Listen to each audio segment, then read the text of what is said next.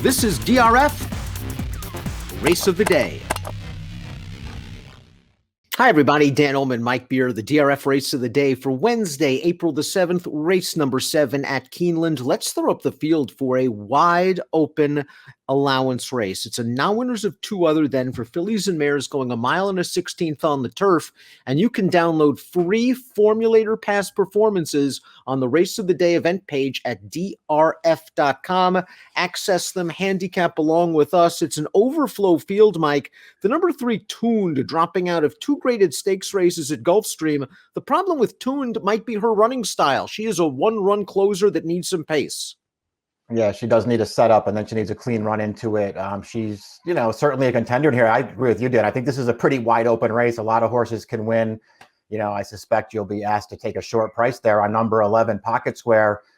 First time in this country for Chad Brown. She was a Group 3 winner as a 2-year-old.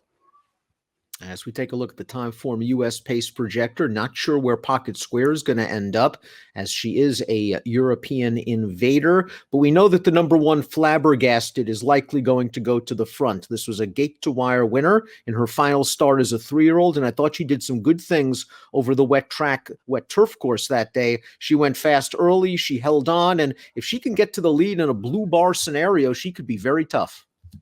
Yeah, she could be. She's pretty good. She's still lightly raced as well. She won her final 2 starts last year as a 3-year-old. Both of those races going a little longer than this, Dan. She might have to, go a little bit faster over the slightly shorter distance, but she's perfectly drawn, and it feels like she still has more upside. It's been a wide gamut of classes for the 2 Gamblin' Trains, stakes placed in 2019 on the turf. She won for a $15,000 claiming tag 3 starts back. She just missed when 3rd over the synthetic surface at Turfway. She ran just behind a horse that came back to run 2nd in the Latonia Stakes at Turfway. That's an 11-time winner that earned an 84 in the Latonia. That being said, she was up close to a very slow pace and is facing tougher on turf here. Yeah, I guess her recent form is fine, but none of her last 4 races that she's run well in around the turf course, and it just feels like she's caught a pretty tough allowance field here. Tuned caught a pretty tough field last time out in the Grade 3, the very one. She finished ahead of a horse that came back to win the Grade 3 Orchid with a 96 Beyer speed figure that day. And that was a race where there just was no pace. She tried to come from out of it, and it didn't work out. She does not break well from the gate. If you get pace and you get a good trip, I expect her to run late. I'm not sure how low I would go on the tote, however. That's how I look at her, too. I don't know how short a price I would really want on her. Certainly in her most recent start, you're right, the very one, there really wasn't a lot of pace for her to close into that day. The flip side of that, Dan, is if you go back to the My Charmer a couple starts prior to that, really fast and competitive pace that day. I thought she had every chance to make up ground there. She did make up ground, but she settled for 2nd. Tizara, the number 4, might be a little bit of a sleeper for Ian Wilkes, Mike. 2 starts back, 1.5 miles was simply too far for her. And then she ran off a long layoff last time out. And for post position 12, she really never could get any cover. And she tried to make a little bit of a backstretch brush, and then she flattened out. It was a race that I think she needed. I think she can move forward 2nd off the layoff. And she won 2nd off the layoff here last July.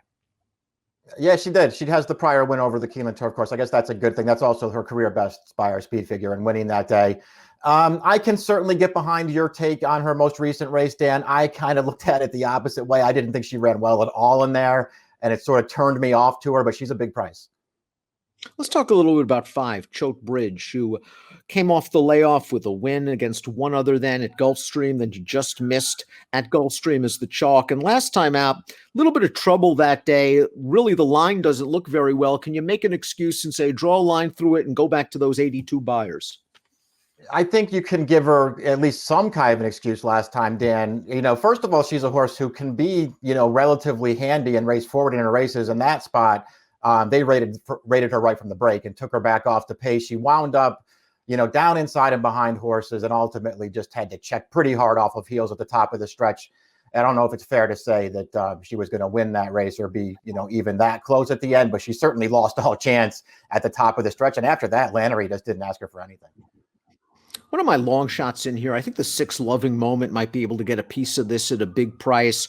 Her last race was washed off the turf on the dirt at Gulfstream. I'm really not going to put much stock in that performance. This horse was a gigantic price in the Krantz Memorial at the Fairgrounds 2 starts back. And while an unlikely winner that day, she got shuffled all the way back to last on the far turn, and that might have taken some of the starch out of her.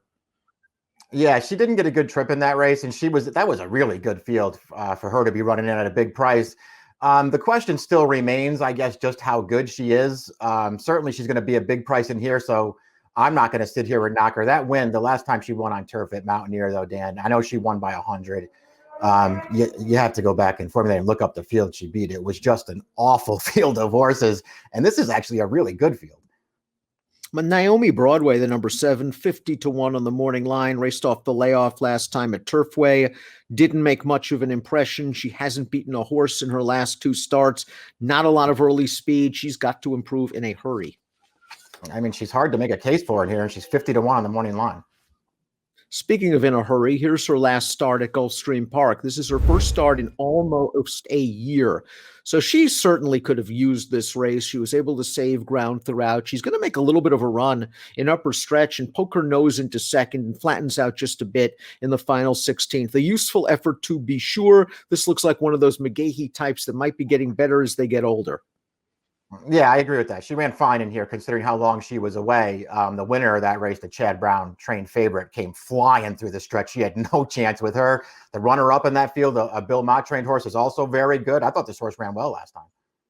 Although the number 9, Walk in Marrakesh, is not won in North America. Look at some of her races. Second in the Grade 1 Natalma, second in the Grade 3 Florida Oaks, second in the Grade 2 Appalachian at Keeneland. I had to admit I was getting a little bit tired of her act towards the end of her 3-year-old campaign. I won't hold a Valley View too much against her. It was at the end of a tough campaign. She was up close to a fast pace and a strong field, and she might have just simply needed the break. She was tailing off form. Interesting to see what we get. I think we'll get some tactical speed. This is the first time she's actually dropped out of a stakes race since she's come to this country. Yeah, I agree. I mean, I can't say that I'm, her biggest fan, but she certainly ran a couple of races last year in stakes company that would give her a real chance in this race. I mean, she's actually pretty good. So maybe the layoff did her some good in here, Dan. She's 10-1 on the morning line. I am not arguing with her. If you like her, you should bet her. The 10 more good times goes out for Michael Maker. We have a formulator fact for the Maker barn. Does very well in allowance races at Keeneland, especially with turf routers. 45% winners, $3.16 ROI. This one got a big setup last time out at the fairgrounds. They went very fast in the first quarter mile. More good times who just has no speed, needs that sort of situation. And she came with a bit of a run. The problem is you've got several other closers in this race that might actually be stronger finishers than more good times, but it looks like she's in good form right now. Yeah, that's how I looked at it too. I mean, she is in good form. I'm not going to knock her. She's another horse who's a good price on the line if you can get it. We'll see how they wind up betting the race.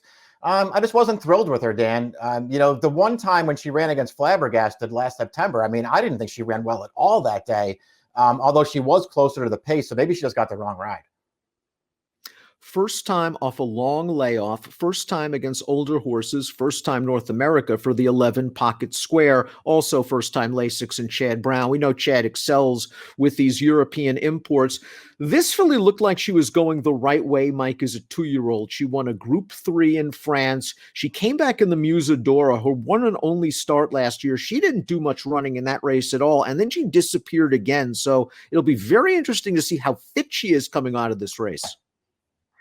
Yeah, agreed. I mean, she certainly looked like she had a lot of talent as a 2-year-old. Both of those wins, Dan, including the Grade 3, she looked really good winning those races, and she also had a pretty nice, handy running style in those races. She kept right up close to the pace, so I guess that could be a good thing.